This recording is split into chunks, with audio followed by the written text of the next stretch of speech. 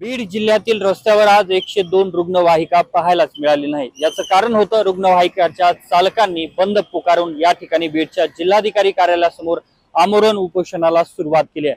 गेल्या 11 महिन्यांपासून या ठिकाणी त्यांना वेतन दिलं नसल्याचं त्यांचं म्हणणं आहे आणि या संदर्भातल्या त्यांच्या काही मागण्या आहेत, त्याच मागण्या मी जाणून घेण्याचा प्रयत्न करणार आहे। माझ्यासोबत आंदोलक आहेत, काय सांगाल नेमक्या काय मागण्या आहेत तुमच्या आजच्या या उपोषणाला तुम्ही बसला? गेले 9 ते 10 महिने झाले आमचं पेमेंट अद्याप आम्हाला मिळालेलं नाही।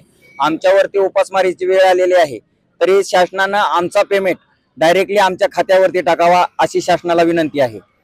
आता कशा पद्धतीने तुम्हाला पेमेंट मिळतं आणि किती मिळतं?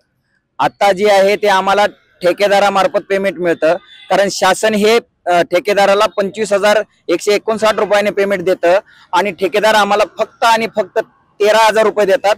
त्यामध्ये आमचे जवळजवळ 2 ते 3 वर्ष झालं आमचा PF वगैरे भरलेला नाही। याच्या व्यतिरिक्त आम्हाला काही दिल्या जात नाही। म्हणून आमची शासनाला एकच विनंती आहे की जर शासन जर ठेकेदाराला पैसे देत असेल आणि ठेकेदार जर नंतर आम्हाला पगार करत असेल तर आमची एवढीच शासनाला विनंती आहे की डायरेक्टली जो काही पेमेंट शासन देत आहे तो पेमेंट आमच्या वाहन चालकाच्या खात्यावर द्यावा, एवढीच आमची विनंती आहे। आणि जर असं जर नाही झालं तर आम्ही यापुढे आमच्या मुलाबाळासकट आम्ही या ठिकाणी आंदोलनाला बसणार आहोत।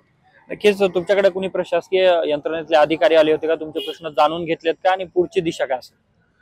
त्या प्रशासनामधले अधिकारी आले होते, माता व बालसंगोपन अधिकारी शेकडे साहेब या ठिकाणी आले होते। त्यांनी आम्हाला तोंडी आश्वासन दिलेलं आहे की आम्ही होईल तेवढं लवकर करू, पण आमची अशी मागणी आहे की जोपर्यंत आम्हाला लेखी ठाम आश्वासन आणि लेखी दिल्याशिवाय आम्ही या ठिकाणी उठणार नाहीत अजिबात।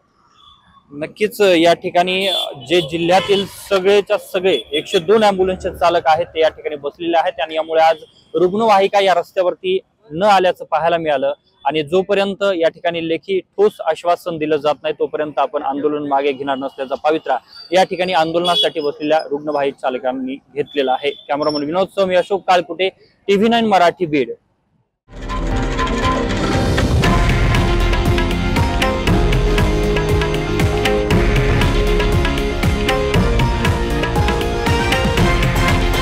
हे आहे देशातील नंबर 1 न्यूज नेटवर्क आणि आपण पाहत आहात TV9 मराठी, एकमेव।